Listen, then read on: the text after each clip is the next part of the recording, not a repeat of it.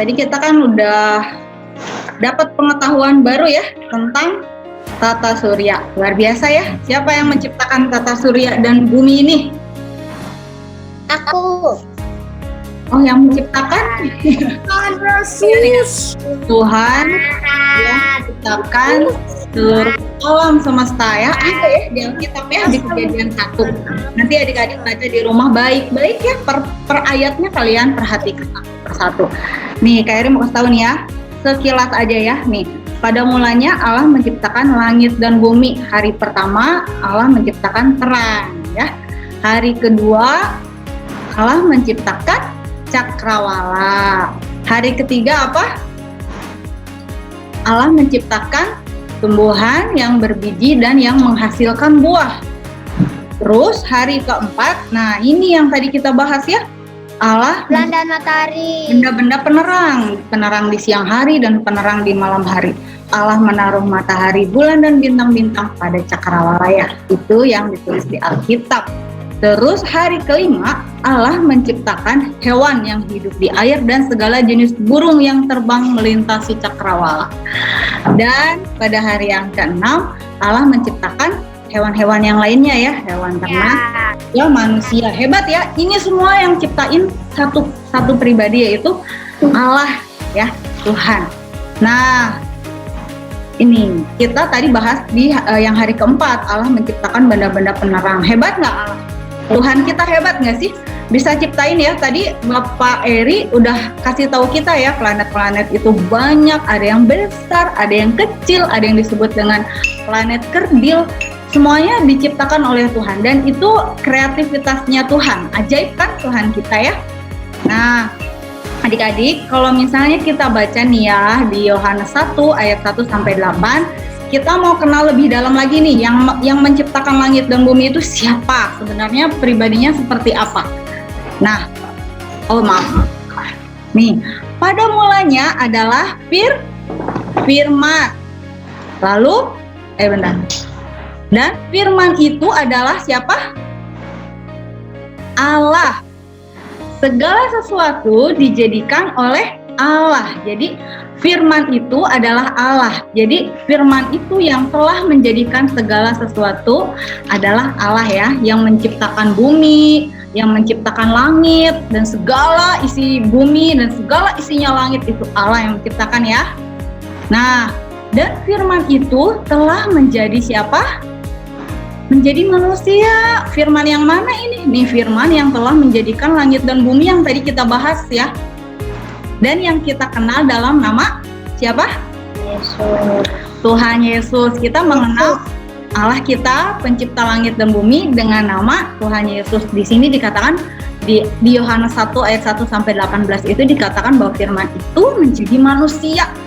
Nah, pertanyaannya, kenapa ya? Untuk apa sih Allah itu turun ke dunia menjadi manusia?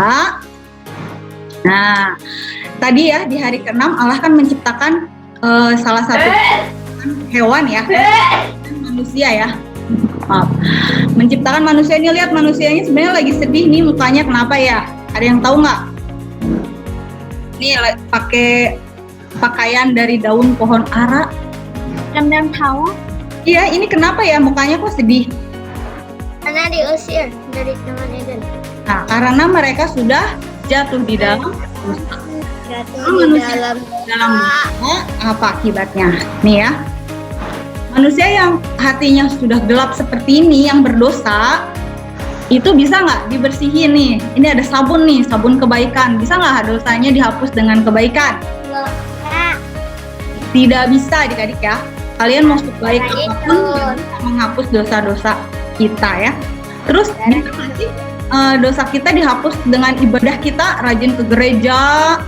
Nggak bisa. Setiap hari bisa dihapus nggak dosanya? Bisa juga. Ya. Terus gimana lah kalau dengan kekayaan kita nih, kita punya uang nih 10 juta triliun, bisa nggak ya?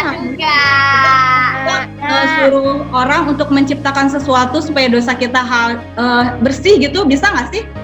Tidak.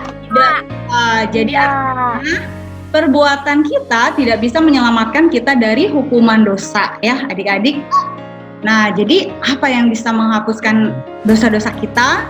Nah, tadi kita kan udah bahas ya, Tuhan Yesus itu firman yang telah menciptakan langit dan bumi ini sudah turun ke bumi untuk mati di kayu salib, menanggung semua dosa-dosa kita. Kita nggak bisa ya menghapus dosa kita sendiri. Jadi kita perlu Tuhan Yesus yang menanggung dosa kita.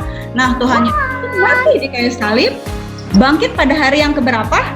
3. Ya, Tuhan Yesus nggak mati selamanya ya. Tuhan Yesus bangkit pada hari yang ketiga. Dan Tuhan Yesus bukan hanya menghapus dosa kita di dunia ini, tapi suatu saat nanti kita bisa berkumpul loh di surga. Senang nggak?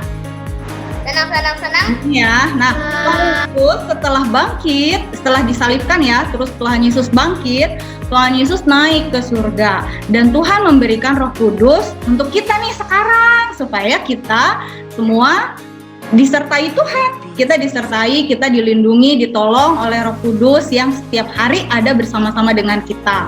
Ya, nah adik-adik, hari ini Kak Eri mau ingetin kalian nih, inget apa ya? Bahwa Tuhan Yesus itu berkuasa ya atas alam semesta. Kita bulan ini kan belajar tentang alam semesta ya. Dan hari ini khususnya kita belajar tentang tata surya, tentang langit, benda-benda langit ya. Hebat ya Tuhan menciptakan semuanya. Dan artinya apa? Tuhan Yesus berkuasa ya atas alam semesta. Terus yang kedua, Tuhan Yesus juga mengasihi kamu, mengasihi Kak Eri juga, mengasihi kita semua yang ada di sini ya. Makanya Tuhan mau rela datang ke bumi menjadi manusia supaya dosa kita yang tadi susah banget cara menghapusnya, gimana coba menghapusnya? Hanya Tuhan Yesus yang bisa menghapuskan dosa-dosa kita. Nah, Tuhan Yesus mengasihi kita ya. Dan Tuhan Yesus berkuasa menyelamatkan kamu dan juga menyelamatkan kakak dari hukuman dosa. Tenang gak sih kalau kita di dunia ini disertai Tuhan, terus nanti kalau kita meninggal kita nggak usah takut karena kita punya jaminan masuk surga. Senang nggak adik-adik? Senang, puji Tuhan ya. Nah, kita baca yuk. Siapa yang mau baca nih? Satu orang. Aku. Siapa? Silakan Ruth. Silakan Ruth. 1, 2, 3. Karena di dalam dialah telah diciptakan segala sesuatu yang ada di sorga dan yang ada di bumi, yang kelihatan, yang tidak kelihatan, baik siang sana maupun kerjaan baik pemerintah maupun penguasa. Segala sesuatu diciptakan oleh Dia dan untuk Dia. Iya, jadi segala sesuatu diciptakan oleh Tuhan dan untuk Tuhan, termasuk kita ya. Kita diciptakan untuk Tuhan. Oleh sebab itu Tuhan gak rela nih kalau kita binasa karena dosa-dosa kita.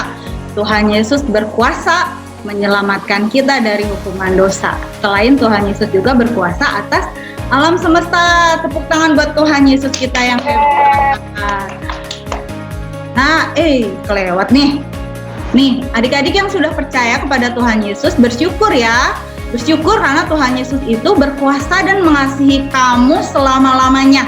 Dan untuk adik-adik yang belum percaya, yang masih belum yakin, nah hari ini waktu yang tepat untuk kamu percaya kepada Tuhan Yesus ya. Karena Tuhan Yesus satu-satunya jalan untuk kita bisa diselamatkan. Adik-adik percaya dalam hati dan mengaku dengan mulut ya bahwa Tuhan Yesus itu adalah juru selamat.